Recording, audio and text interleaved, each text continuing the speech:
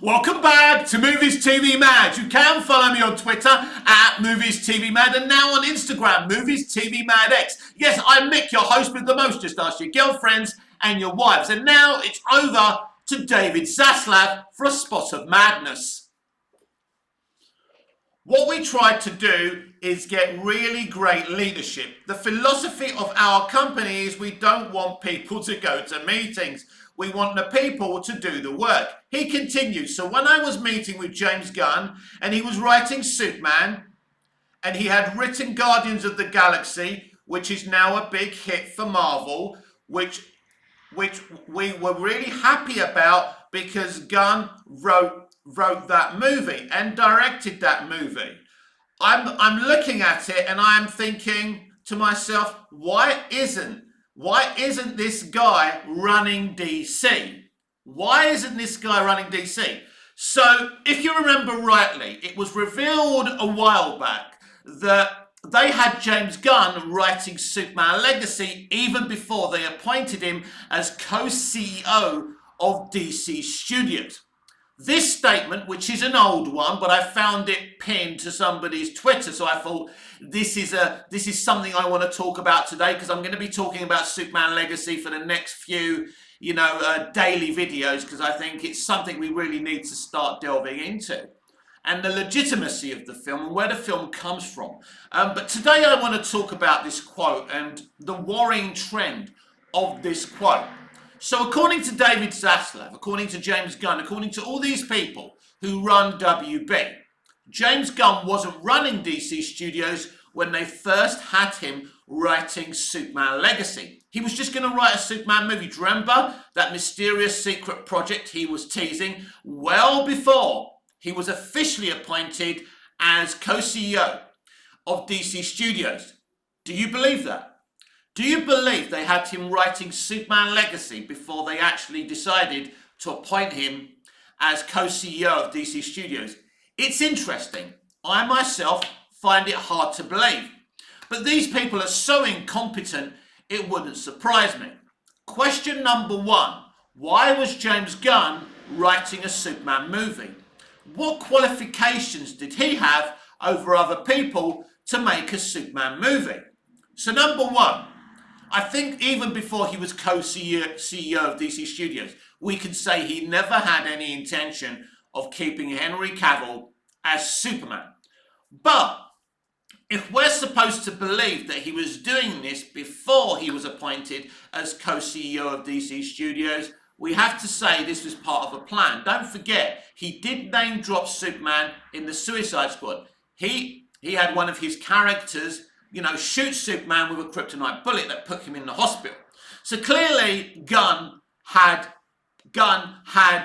a plan for Superman, even back then. So it must have been decided from the very moment when he was fired by Disney and they brought him on and they said, you can do any project you want. But first they offered him Superman. He said no.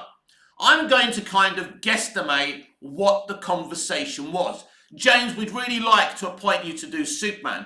No, I want to make a Suicide Squad movie. Okay, how about afterwards? Would you like to do a Superman movie after you've done your dream project? Yeah, absolutely. I'll plan it together. So it's an interesting thing, isn't it? Because the Suicide Squad is part of the old DCEU, as is Man of Steel, as is BVS, as is Justice League and Zack Snyder's Justice League. So then, in the same franchise, which James Gunn, is part of, with the Suicide Squad, he's going to write a brand new Superman. There's no way he was writing Henry Cavill's Superman.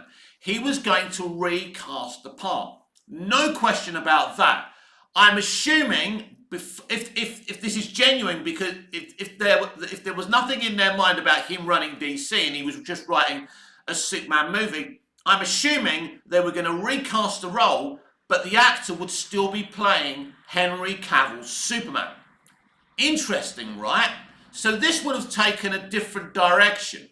So creatively, really, once you start making a Superman movie, you pretty much are running DC in a way, even if it's unofficial. So what Zaslav says there is very, very interesting to me because he comes in and he thinks to himself, look, this guy's writing a Superman script. He's done Guardians, he's done a Guardians trilogy, he's a capable writer-director, he's made 3 good, successful Guardians movies. I know, this absolutely clarifies to me that he should be the head of DC Studios. Not James Wan, right? Not Bruce Timm, who literally has the greatest qualifications in the world to run DC Studios. Think about it. He created his own animated DC franchise, TV shows, movies. It's been amazing. And this guy didn't get a look in. Well, let's look at the parameters that David Zaslav looks at when giving someone the keys to the DC kingdom. Before James Gunn, because James Gunn wasn't his first pick, he went to Matt Reeves and he went to Todd Phillips. Todd Phillips was his first port of call. In fact, he wanted Todd Phillips reportedly and Matt Reeves to run DC Studios together, as Peter Safran and James Gunn are doing now. So basically, he went to Todd Phillips because he made a great billion-dollar movie. But the only reason he went to Phillips is because his movie made $1 billion. Are you getting it? He went to James Gunn because he believed he was a popular influencer, a popular director, a successful director, right? Are directors, are film writer-directors the right kind of role to run DC Studios? Well, you have to understand that, they call James Gunn a co-CEO and it's a neat little title. He's not really. He's the creative leader of DC Studios. He's in charge of this little franchise he's making. He's not really in charge of the other corners of DC live action, right? But apparently he's got a big plan which involves everything. Well, he's not involved in the Batman. He's not involved in the Joker universes either. And whatever he says, he's nothing to do with any of them. But those were kind of things that he's had to inherit. So in an ideal world, there wouldn't be DC Elseworlds. There would just be one DC universe. But they had to create something to dump the Batman universe in and the Joker universe in. So that's why we have a DC Elseworlds. He had to do something because, he inherited those things. In an ideal world, he wouldn't want 2 Batmen, right? And 2 Jokers and all of that. He's going to give us another Batman universe in his new DC universe, right? And so that's James Gunn's role as the creative leader of DC Universe. So I suppose there's a school of thought that maybe James Gunn could be good at it. But that's not the reason he's been given the gig. Now, it's interesting. Now, I'm assuming that Zaslav must have seen something in the Superman Legacy script that made him think, yes, this guy is the real deal. This guy can really take us to another level. He must have been so impressed with this script, and this is why he decided personally to give, James Gunn the keys to the kingdom. But I do find the statement utterly worrying, and who knows if James Gunn does a good job or a bad job. But we do know he's been a PR disaster so far, and he hasn't been able to sell these DCEU movies. Well, I can tell you what, the best salesperson in the world couldn't sell those pieces of shit anyway. My problem is that somewhere someone has decided that this is not a full reboot, which is a huge problem for me, and it has created the problems that James Gunn has created and the rest of the studio has created as well. And this is why I decided to read this statement out to you. It shows you David Zaslav's inexperience in scripted entertainment. Because what's interesting to me, if they didn't even think of James Gunn of being, the co-CEO, the creative lead of DC Studios, when he was writing Superman Legacy, what were they thinking? Because Hamada was always going. So it's interesting. It must have been the stage, I think this is the stage where Abby and DeLuca were running DC. This is what I think happened. I think Abby and DeLuca were not only going to run WB Pictures, they were going to run DC Studios as well. And I think what happened was he decided just like that. This is how reactive and stupid this man is. 1 minute he's got Abby and DeLuca in charge, so they're bringing back Cavill. They're giving The Rock some responsibility and authority at DC Studios, and all of a sudden, they change their minds. You know, no, they don't change their minds. Not even James Gunn. Nothing to do with James Gunn. David Zaslav wakes up one day and goes, yeah, I know, let's give the keys to the kingdom to James Gunn. Just like that. Yes, sorry about that, everyone. The sun was getting in my eyes. Always happens first thing in the morning here in Cyprus. Anyway, so 1 minute, this is what I'm saying, that 1 minute Adby and DeLuca were running DC Studios. I think that was the plan. So Adby and DeLuca went to work, right? Bringing back Henry Cavill. You know, we're going to get a Black Adam cinematic universe as well. Cavill's going to be involved in that. So Cavill, I think this was the plan from Adby and DeLuca. I think Adby and DeLuca wanted Henry Cavill to be involved in the Black Adam cinematic universe. I don't think he would have been involved in anything else. And I think they were dealing what I've suggested in the past, which is basically everyone having a little corner. So James Gunn was basically going to have a Superman movie, right, which was connected to his Suicide Squad universe. So then that would be in his corner. So you'd have a Superman there, you'd have a Superman in the Black Adam universe as well. It's interesting. It looks like this is what we were doing. So originally it looks like James Gunn wasn't running DC Studios or co-CEO or creative lead. He was just writing a Superman movie. Maybe he was planning a Superman trilogy. Who knows? And Adby and DeLuca were running things. And the only reason Cavill was willing to play Superman again was with The Rock, with his representatives who represent The Rock as well. So he was happy to be part of that universe. So basically WB said, right, okay, you're in that corner, but centrally you're not going to be our Superman. Clearly James Gunn's Superman was going to be the main Superman. But is that the way of it? Because at the end of the day, I'm just guessing here.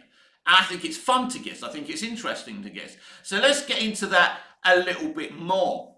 Now, could it be that maybe Henry Cavill, you know, was going to be James Gunn's Superman? But that wasn't James Gunn's decision. That wasn't what James Gunn wanted. I think Adby and DeLuca brought Henry Cavill back. And if he was going to be part of the Black Adam universe, he'd have to be part of James Gunn's universe, right? Personally, my original idea is better. James Gunn has his Superman, the Black Adam universe has Henry Cavill's Superman, and everyone gets their own little corners of the DC universe and gets to, you know, execute their own visions. I think that's better than a connected cinematic universe. The problem with cinematic universes is you're tied, you're trapped. Once you start going on that course, there's no wiggle room. And that's why I've never really liked them creatively. Now, obviously, I enjoyed the peak of the Marvel Cinematic Universe, but in the end, empires are destroyed from within. And I just don't think cinematic universes are something that's going to work for DC. But I believe that Adby and DeLuca were put in charge of DC Studios. They brought Cavill back. He was not only going to be involved with The Rock, but Henry Cavill's Superman was going to be involved, whether James Gunn liked it or not, in James Gunn's written DC movie, because the plan wasn't originally for James Gunn to direct that movie. But as Safran became the co-CEO and the more, let's be honest, he's the boss. Peter Safran is the boss. James Gunn isn't the boss. James Gunn is the creative head. But the co-CEO of someone like Peter Safran is, you know, he's the business guy. He's really in charge of all of this. And he was pressuring Gunn, once they both become co-CEOs of DC Studios, to actually direct Superman Legacy as well as write it. Something that Gunn's already admitted to when he confirmed he was directing the movie, that he was resistant to do. It's not something I'm making up. Go and check his Twitter if you don't believe me. Go and check his Instagram if you don't believe me. You know, if James was on this channel now, he would confirm he said that. Maybe he'd try and wiggle out of it. Maybe he'd say, well, Mick, that doesn't mean I didn't want to direct the movie. I just had to consider what I was going to do, you know, spending 2 years of my life on a film. And that's fair enough. It just doesn't seem like words from a man who really wanted to direct a Superman movie. So that's very, very interesting. So I'm actually babbling as I'm making this video and trying to make sense of this insane situation at DC. Because it seems like DC, no matter who runs WB, seems to dig itself a deeper hole every time it gets to shovel. Every time you think it's going to solve its original problems, it creates new problems. And this whole DC Studios thing, this whole James Gunn thing, every decision that's being made with these remaining DCEU movies seems to be digging hole after hole after hole. So they got James Gunn to write a Superman movie. This is interesting because James Gunn probably thought, okay, I'll write a Superman movie. It's not something I want to do, but when they brought me back, they gave me an opportunity when no one else would. So, you know, I've got to return this favour and write them a Superman movie. So that's what he did. In record time, he wrote a Superman movie. But clearly he knew he was going to write a Superman movie when he made the Suicide Squad movie. So that's why Bloodsport is it, played by Idris Elba. You know, they had like this historical thing that he's an assassin and he was paid to shoot Superman with a kryptonite bullet. Now, if this was to be expanded in James Gunn's Superman movie, written Superman movie, that would be a clever thing because then you could find out who hired him. Was it maybe Waller? That would be interesting as well. These are things I was thinking about at the time. So I wouldn't have been resistant in WB going this way, where James Gunn actually isn't creatively the lead of DC Studios, but he was basically writing a Superman movie to continue what he set up in the Suicide Squad. But all of a sudden, when the Suicide Squad flopped, James Gunn decided, well, I'm not really into making cinematic movies. I prefer writing for streaming, making content for streaming. It's like the little rabbit that gets kicked so much, you know, you didn't have the confidence to make another cinematic movie.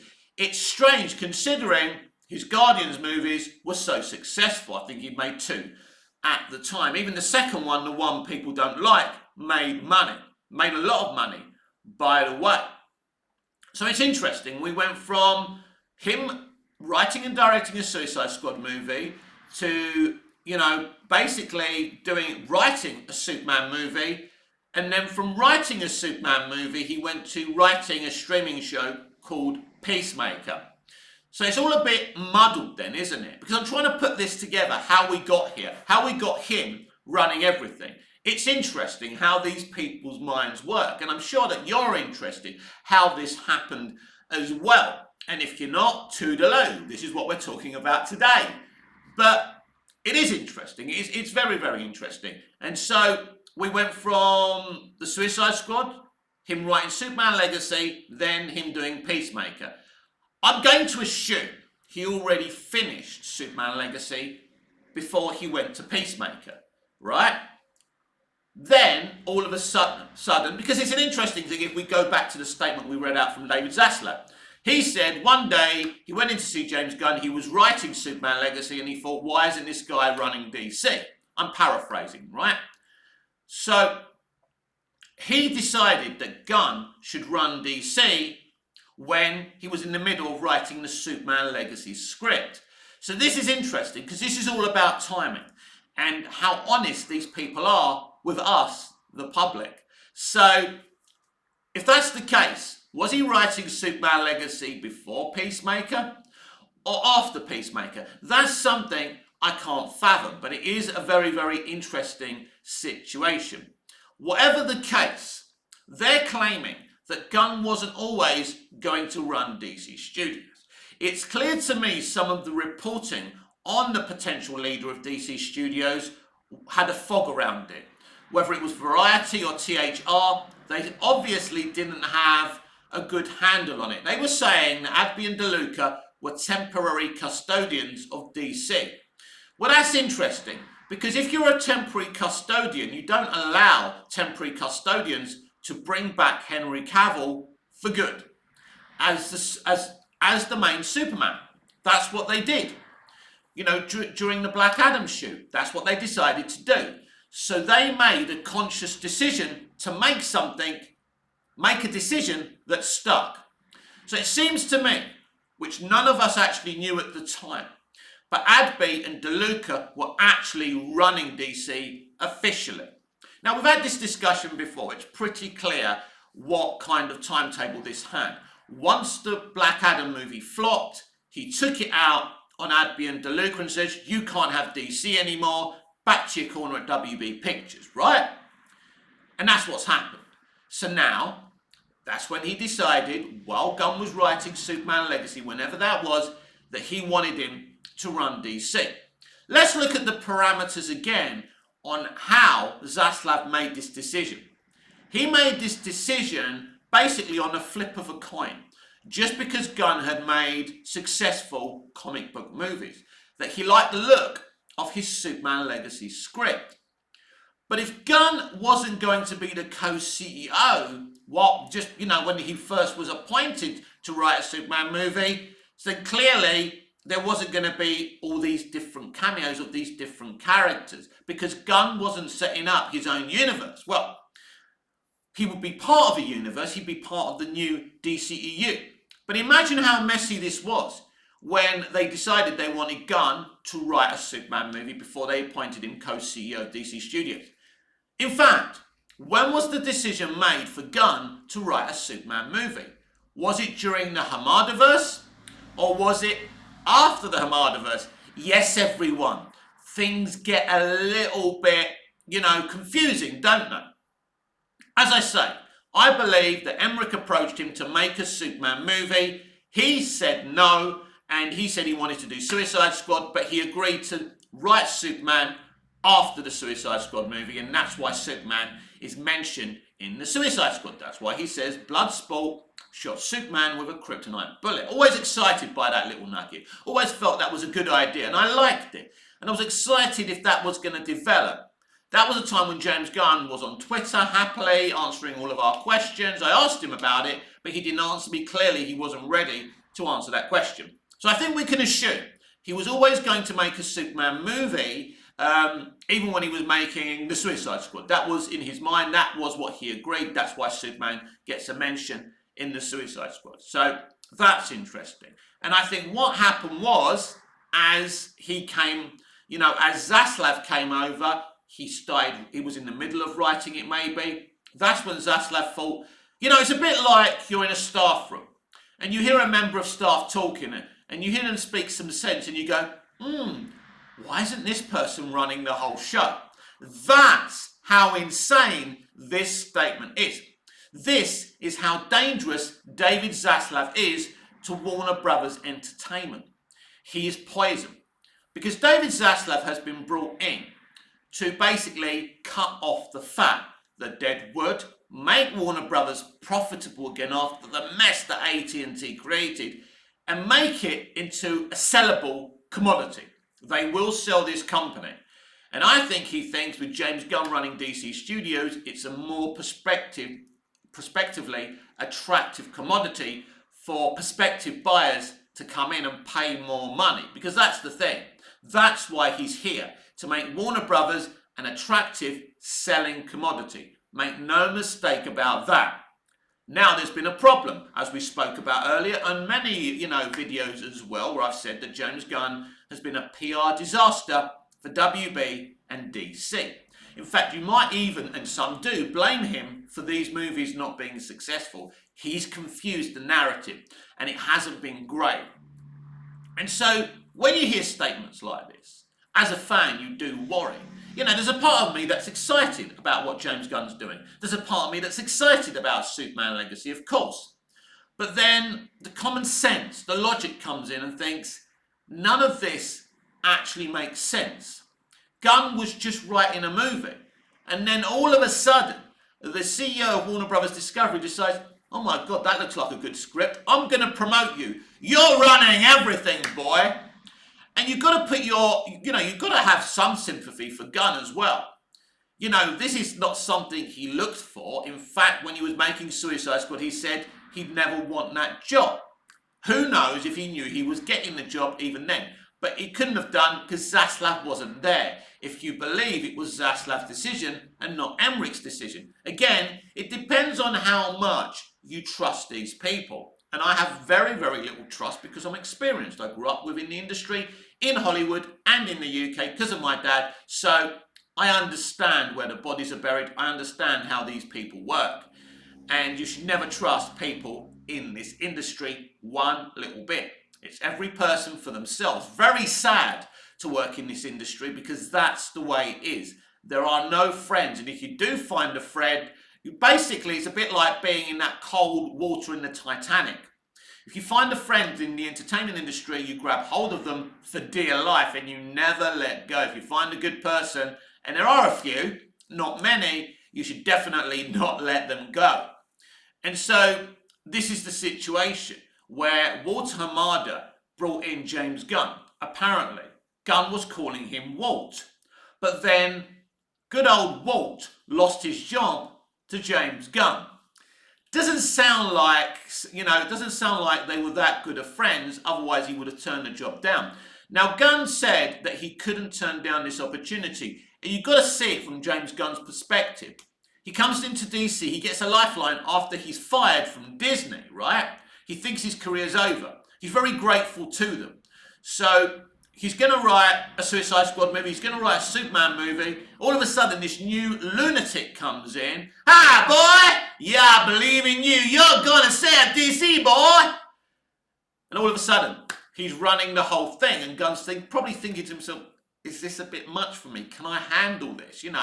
It's a bit difficult with the Snyder stuff. It's a mess. How do I deal with this? But you know what?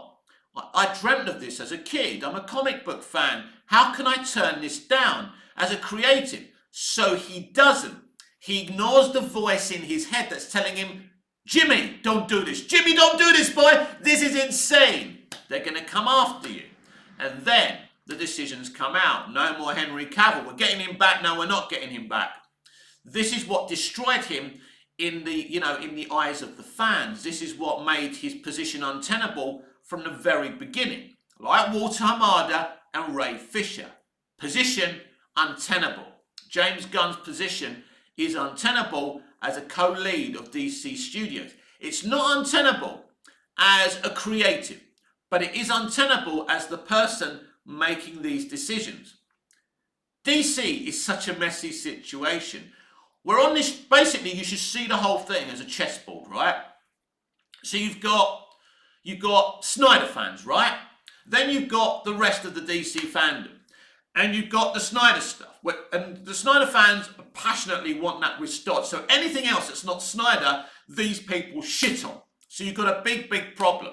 Then they make the tactical error of deciding to bring in Cavill back. And then all of a sudden, Zaslav decides, nah, Abby and DeLuca are out because Black Adam flopped. So now Cavill's out again.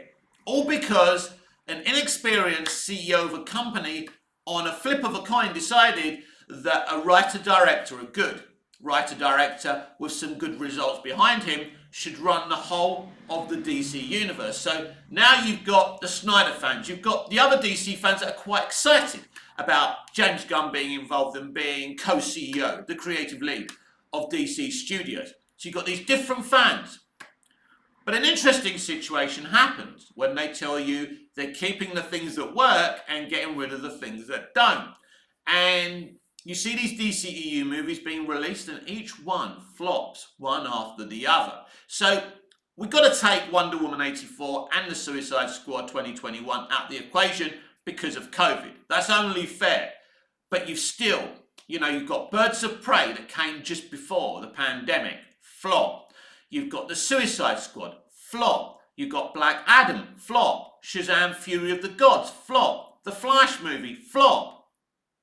Blue Beetle, flop. And God knows what's going to happen to poor James Wan's Aquaman and the Lost Kingdom, which is actually a really, really good movie. Wrath of Khan movie. Go see it. I'm telling you, you won't regret it. So it's a mess because you've already got this chessboard where you've got one side there and one side and no one's budging. So what's happening is no one's going to see these movies because there's not enough of a support structure. And the mainstream audience don't really care about DC. That's the truth of the matter. And it hurts me as a DC fan, but they're the facts. And what happens is you've got this mess. So what James Gunn and this studio have done, they keep on making the situation worse. Bringing Cavill back, then getting rid of him, was the rod that broke the camel's back. Because you got people excited and you went, nah, We're starting again.